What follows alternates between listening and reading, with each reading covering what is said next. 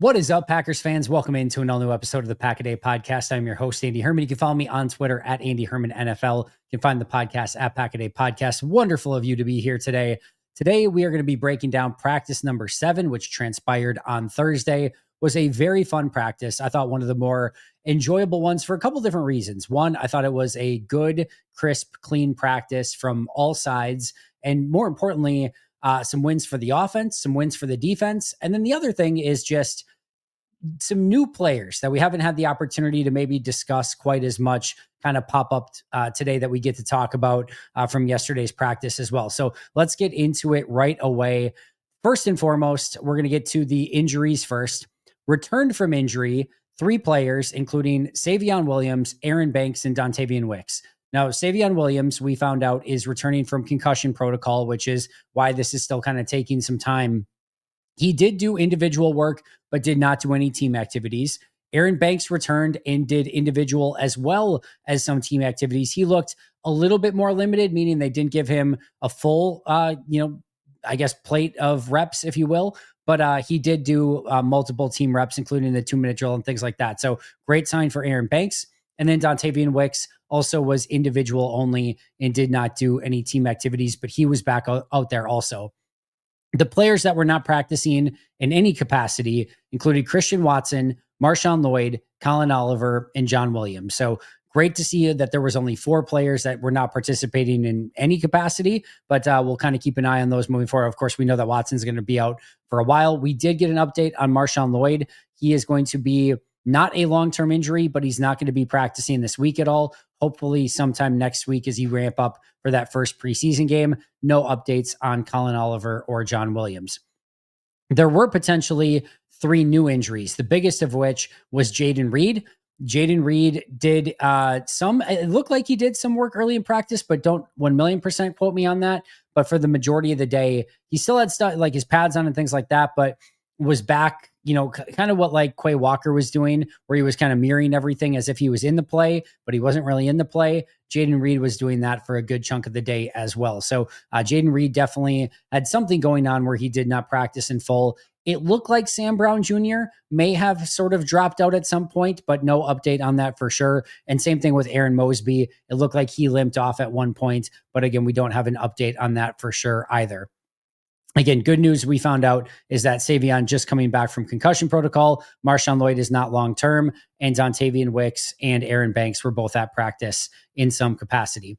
Your starters for the day: Jordan Love at quarterback, Josh Jacobs at running back, Matthew Golden and Romeo Doubs at wide receiver, Luke Musgrave and Tucker Kraft at tight end, Rasheed Walker, Aaron Banks, Elton Jenkins, Sean Ryan, and Zach Tom along the offensive line, LVN and Gary at defensive ends, Clark and Wyatt at defensive tackles, Simmons, McDuffie, and Cooper at linebacker, Hobbs and Nixon at corner, and McKinney and Williams at safety. Your second team offensive line was Jordan Morgan at left tackle, Donovan Jennings at left guard, Jacob Monk at center, Kadeem Telford at right guard, and then Belton at right tackle. There were a couple players that maybe got upgraded or downgraded with some potential playing time throughout the course of the day. Travis Glover. I couldn't tell if there was some sort of injury situation here where he was not participating in full, but he was consistently and constantly with the number 2 offensive line and would even get some reps here and there with the number 1s over the last couple weeks. He was not with that number 2 offensive line. I did not see him do any team drills. It is very possible that he may have either with the second group at some point in time, and I just missed it. So I couldn't tell if this was something where, again, he kind of got downgraded to that third team, or maybe there's just an injury situation going on, but he was not with that second team line, which has been common for him over the course of the first week of training camp. And then one other player, Julian Hicks, a player that I really liked coming out of college, is kind of that fringe sort of practice squad type, has made it, from a 2024 undrafted free agent onto the practice squad last year, and now is still on the team. He consistently makes plays in camp, by the way. We'll talk about that a little bit later as well, but he got a bump up into the number 1 group. Now, before we start making too much out of that, just remember, Christian Watson's out. Savion Williams was not doing team. Dontavian Wicks was not doing team. You had then Jaden Reed fall out of practice, or at least not do team activities. And then even Sam Brown Jr. also was not doing, it looked like some team activities at one point in time. So your options maybe were a bit limited, but it was worth noting that when they did separate the two groups, Julian Hicks did get some time with that top offense, which is, I guess, noteworthy, if nothing else. My player of the day is Jordan Love. I thought Jordan Love was fantastic. It was his best day of practice. He hit just about everything. He did have one overthrow to Malik Heath, who he had, I think, kind of opened in the middle of the field and just sailed one a little bit. There was one other throw to Luke Musgrave. It's possible that this one was just a little bit of an underthrow. It's also possible that he led them and got it to a point where Musgrave could make that sliding catch and maybe not put him in, I guess, harm's way if it were a game situation. Probably slightly underthrown, but still catchable. Outside of that, I mean, he did everything that you could possibly ask of him. He also had our play of the day, which was him to Luke Musgrave, which we'll go over first here.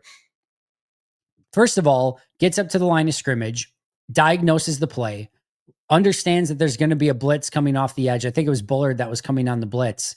Make sure that all gets picked up, checks the play at the line of scrimmage, is going to try to hit Luke Musgrave on a deep crosser. This play had Xavier McKinney underneath it, Carrington Valentine in extremely tight coverage, and the sidelines were in play as well, meaning there was always the possibility that this could have been an out of bounds play. The window that Jordan needed to fit this ball into was basically the size of a football.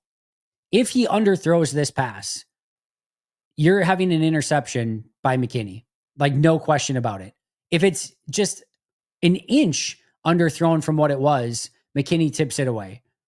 So you had to have the exact right height on it.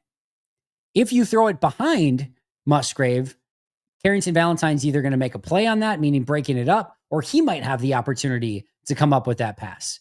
And if you throw it slightly further the other way, it just falls harmlessly incomplete out of bounds, or he catches it out of bounds. Either way, it's an incomplete pass. The degree of difficulty and the throw that he had to thread in to make that catch possible by Luke Musgrave was unbelievable. And I was right in eye line from Jordan to Musgrave, and everything that happened in front of it. Again, there was no window there. To attempt that pass was pretty absurd. To complete it is otherworldly. An unbelievable throw by Jordan on that one, and certainly, in my opinion, the play of the day as well. Early in practice, play action fake, rolls all the way to his right, throws all the way across his body to a breaking open Tucker Kraft, and not only hits him, but leads him so that Kraft can catch it in stride and turn upfield and go. Again, the audacity to even see this play on the opposite side of the field, much less get it to Kraft, much less get it in front of him so that he can, or that A, there's no possibility of an interception throwing it across your body, right? But B, that you're actually leading him so he can get upfield as well. That was an incredible play. Later on in move the ball activities, which is just basically, again, you get the ball at a certain, like your own 20, and it literally acts like a drive, right? 1st and 10, you've got the ball. If you pick 3 yards up, it's 2nd and 7. It's literally like a game situation, right? Romeo Doubs coming up the right sideline. It's a one-on-one. I didn't see the corner on the play. Forgive me for that. But he threw it up right side, and Doubs goes up to get it. It was a perfect ball by Jordan. Doubs comes down with it, cuts back inside, touchdown Romeo Doubs, and a beautiful drive for the number ones on offense, led, of course, by Jordan Love. The checks, the rhythm, the timing, everything I thought was phenomenal from Jordan all throughout the course of the day. Even had another scramble. Rashawn Gary, Kenny Clark kind of converge on a pressure. He gets outside of the pocket, scrambles upfield, and picks up some yardage that way. His 3rd scramble in 2 days. And then I mentioned the one that he maybe overthrew a little bit on Malik Heath earlier. He also hit Malik Heath over the middle of the field for about a 20+ yard pickup on that play. And that's not even like, I'm not even covering all of them here. He had other completions down the field throughout the course of the day as well. So just a beautiful day from Jordan. Again, one overthrow, maybe one slight underthrow, and everything else was pretty much everything that you could have possibly wanted from Jordan all throughout the course of the day. All right, multiple players that were of interest. Luke Musgrave. So he had a deep crosser from Malik Willis that was complete to him. He had a catch from Malik Willis in the 2-minute drill. He had that sliding catch from Jordan Love. He had multiple one-on-one wins. Like, this was the most active and involved that we've seen Luke Musgrave since probably training camp 2024. And he paid that off with some big plays. Also had a couple, one play on like a Hail Mary at the end of a 2-minute drill by the ones. It looked like Love got out of the pocket, threw it up. Musgrave, it seemed like had a chance at it. I don't have a great definition of whether or not he should have been able to come down with it. What happens is you're on the sidelines and in these 2-minute drills and then certain activities, the entire offense is in front of you. So you've got like, you're trying to like dodge Kadeem Telford and Travis Glover and Messiah Swinson and all these mammoth human beings just to try to get eyes on it. I couldn't tell exactly, but I know multiple people next to me as well thought that Musgrave had a shot on it. I don't know if I would call it a drop, but whatever it might have been, maybe an opportunity there. I will also say I think Jordan Love was past the line of scrimmage on that particular play.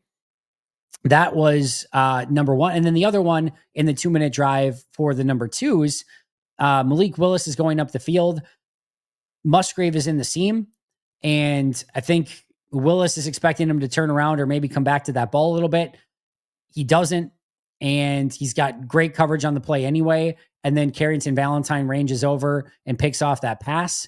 So I think it was probably a force from Malik Willis one way or the other, but he's certainly hoping that his, 6'7" tight end is going to turn and maybe at least make it contested or at least, try to go up and make a play. But either their wires got crossed or Musgrave made a mistake or Willis made a mistake. I'm not sure, but Musgrave never got his head turned. It was a pretty easy interception in the end by Carrington Valentine, but mostly a good day for Musgrave. And again, the most involved that we have seen him overall.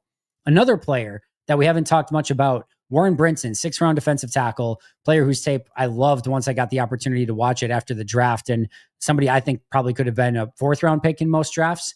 I thought he had his best day.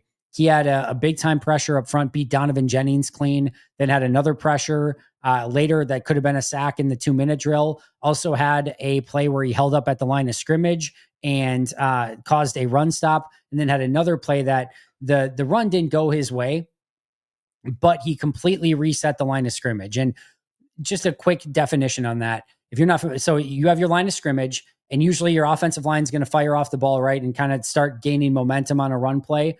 If you're resetting the line, that means that the defensive lineman is bringing the offensive lineman into the backfield. So you're resetting that line so that it's further back is sort of the definition there. It's rare. Like, you don't get a ton of players who have that ability to push offensive linemen just clean into the backfield and then go make those plays. Now, he didn't make a play off of it because the play, again, was not in his direction. But just the fact that we're seeing some of that ability from Warren Brinson already is hopefully a very positive step moving forward. Nazir Stackhouse, his teammate from Georgia, a less, buzzworthy day from Stackhouse, but he did have another stop right at the line of scrimmage on a run play and also held up well on run defense throughout the course of the day. Julian Hicks, we talked about just getting a opportunity not only to, play with the ones on a couple instances, but had multiple catches over the middle of the field. And this is one of those players where if you're in baseball and you're between AAA, but you're not quite a major league player, they sometimes call you like a 4A player. Julian Hicks is probably one of those players that might be a little bit better than a practice squad player, but maybe isn't quite as good to be like a number 6 wide receiver on an actual 53. He probably exists somewhere in the middle, but man, do I like him. I loved him coming out from the undrafted free, tape when I watched him as an undrafted free agent from his college tape, I should say. And he's just a good football player. I think it was, I forget which quarterback it was. I want to say maybe it was the guy that they cut and ended up in Tampa Bay, whose name is now escaping me for whatever reason. Michael Pratt. I believe he had a beautiful back shoulder from Michael Pratt in preseason last year. Just makes plays. And again, he's going to have to battle for a practice squad spot, but he's somebody that, if you told me like went into a game as like a number 5 or even like an emergency number 4 wide receiver, I'd be like, he'll be able to handle it. I wouldn't lose any sleep over it. I really think he would. So good player, had some good catches today. Malik Heath. I know we all want to jump to the conclusion when we look at this wide receiver depth chart. I know I may have even been more harsh on Malik Heath. I know, I know there's a Malik Heath hive out there. So I'm going to appease you today, the Malik Heath hive. I thought he had a really nice day. And for those of you that are maybe just like, I'm looking at this depth chart, clearly Malik Heath's not going to make the team. If you're going to keep 6, McCole Hardman probably has the inside track as he's a punt returner. Just continue to sleep on this guy at your own peril potentially. Like, he continues just to make plays. And I'll say this. I think Malik Heath looks exactly the same. I don't think he has made this like big step in the right direction, but he has clearly not taken a step back. And he's been a 53-man roster player for this team. And he looks like for the last 2 years, and he still looks like that exact same guy. He's still as good. He's still a possession wide receiver. He finds ways to get open. He can go up and pluck the ball. Just good wide receiver. If he doesn't make the 53, man, he would be one of my absolute, hopefuls for top of the practice squad, where if you could get him back in some capacity, it would be amazing, but do not rule him out from that 53-man competition just yet. And then last but not least, from a player standpoint, LVN, we've heard a lot of it from, a lot of people reporting at practice. Again, he has not been a player that has necessarily caught my eye. That's not good or bad. It just, again, there's 90 guys out there. It's tough to see everything, but I've heard a lot of great things from other people who have seen it these last couple of days, including today. I thought you saw it a little bit more. He had a stunt against the ones that forced an incompletion.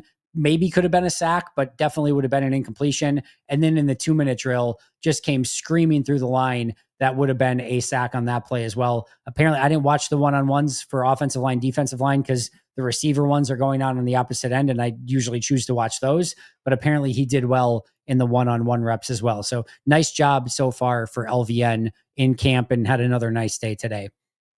All right. Some other key plays that took place. Well, first of all, here is the full list of one-on-ones that took place. Wide receivers and tight ends versus safeties and corners. Malik Heath had a step on Kamal Haddon, but it was incomplete and overthrown. Zane Anderson had a pass breakup on Fitzpatrick.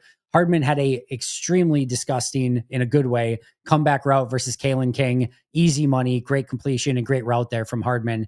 Pass interference on Herring on Sam Brown Jr. Hicks caught a completion versus Isaiah Dunn. Sims won a nice route versus Omar Brown. McKinney pass breakup versus Tucker Kraft. Dobbs had a drop versus Hobbs. I never realized it was Dobbs versus Hobbs.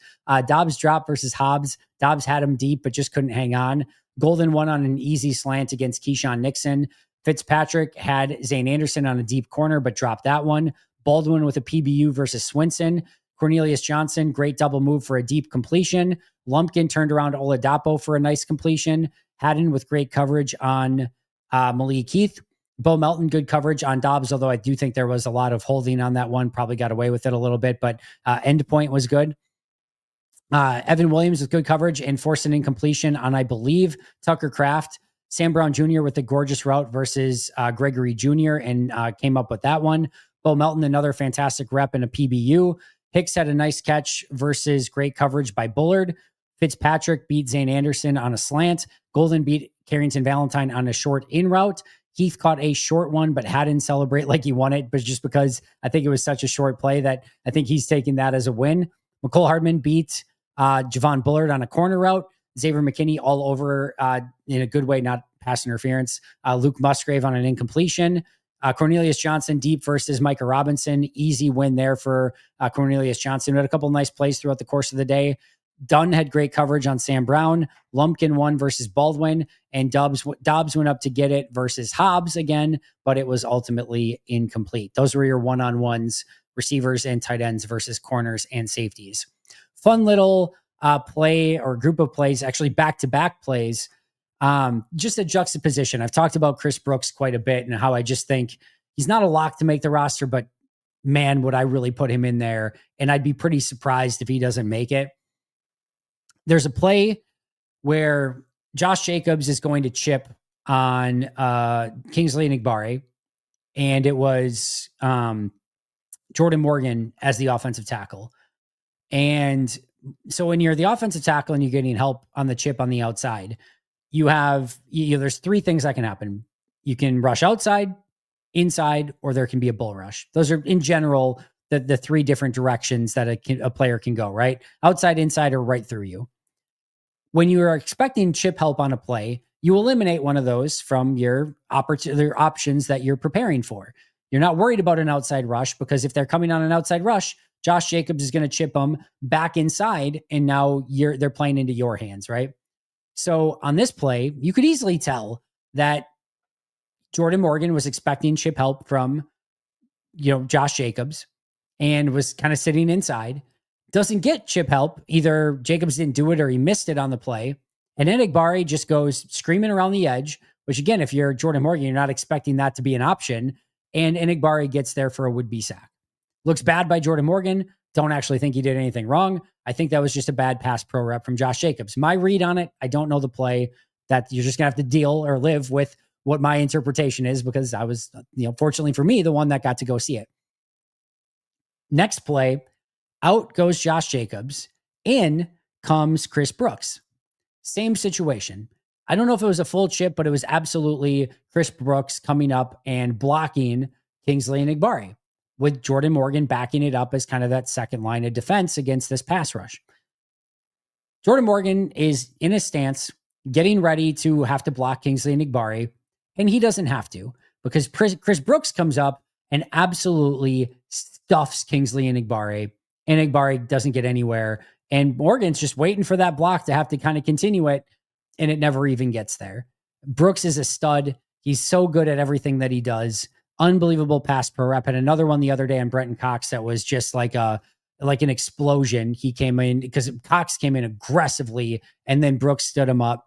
He's just a really good football player, one that I'm sure Matt LaFleur loves having on the team. Like I said, if I were a betting man, I would not expect him to be going anywhere. So nice juxtaposition between a not great pass block by Josh Jacobs that ends in a sack, and an unbelievable one by Chris Brooks that stands up a defensive lineman and makes it so that the offensive lineman doesn't even have to be involved in the play.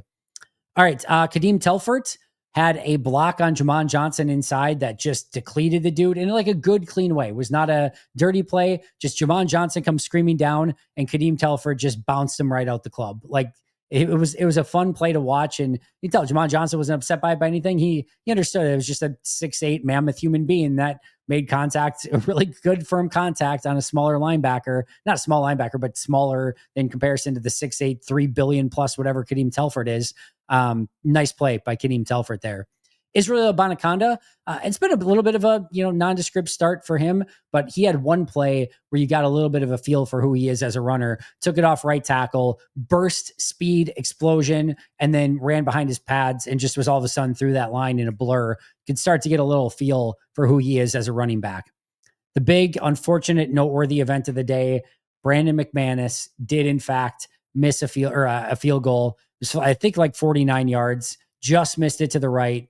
And then in very Brandon McManus, fashion, immediately made his following kicks the rest of the day. And so is now working on a new streak. That streak had been up to 25 kicks in a row before he finally missed that one wide right. As mentioned earlier, Carrington Valentine had the interception to end the 2-minute drill. Barron Sorrell had a tackle for loss on Israel Abanikanda that was probably 3-4 yards behind the line of scrimmage. So nice play from Sorrell there. And then Taylor Elgersma was able to find Cornelius Johnson deep down the field. Again, Cornelius Johnson had a pretty nice day overall. Elgersma hit and miss, had a nice play on a bullet along the sidelines to Cornelius Johnson, who again had that ability to get his feet down. Also held the ball too long on a play, which resulted in like 4 defenders having an opportunity at a sack on that play. Some miscellaneous notes. Jordan Morgan did take over in the second half of practice at left tackle for Rasheed Walker. So we heard yesterday or 2 days ago, as you're listening to this, that this competition is about to ramp up. They weren't lying. It was Rasheed Walker for about the first half of practice. It was Jordan Morgan for pretty much the rest of it after that. I thought Morgan held up well, but again, tough to see every play, but it'll be interesting to keep an eye on that battle moving forward. And then last but not least, Christian Watson is attacking his rehab. He's running around, cutting, like he looks incredible out there.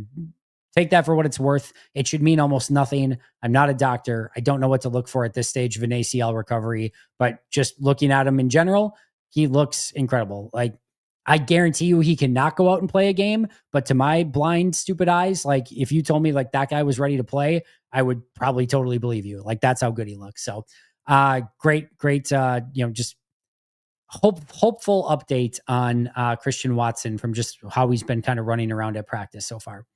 That is all I have for you today. Thank you so much for joining me. Paul Brettel is going to be covering following practice today, and then a couple of Ross Uglum episodes on Saturday before I get back on Saturday to cover Family Night. I think I'll probably do a quick live show after Family Night, and then, of course, the full breakdown of everything that happened on Sunday morning. I'll see you guys all very, very soon. Shout out to our All-Pro and Hall of Fame members, Mo State of Minnesotan, PJ Wayne, John Wild, Brandon Paletta, Boom Handle, Donald Lee, Lori Lord, Baby QB, David McCluskey, Donald Decker, Alex Wong, Peter Ritaka, Jay Zimmerman, B. Brown, Puerto Rican Packer, Dan Gassford, Dylan Pat Scott, SoCal Pack, Chris Rager, Izzy Roberts, Ian Ewing, Carlo Delgado, Willie Winkle, Sinkle, Jen Wright, The Gable Storm, Matt Geiger, Pack Attack Cast, Chris Weish, and Griff Henblee. I'll see you guys soon, but until next time, and as always, go Pack Go.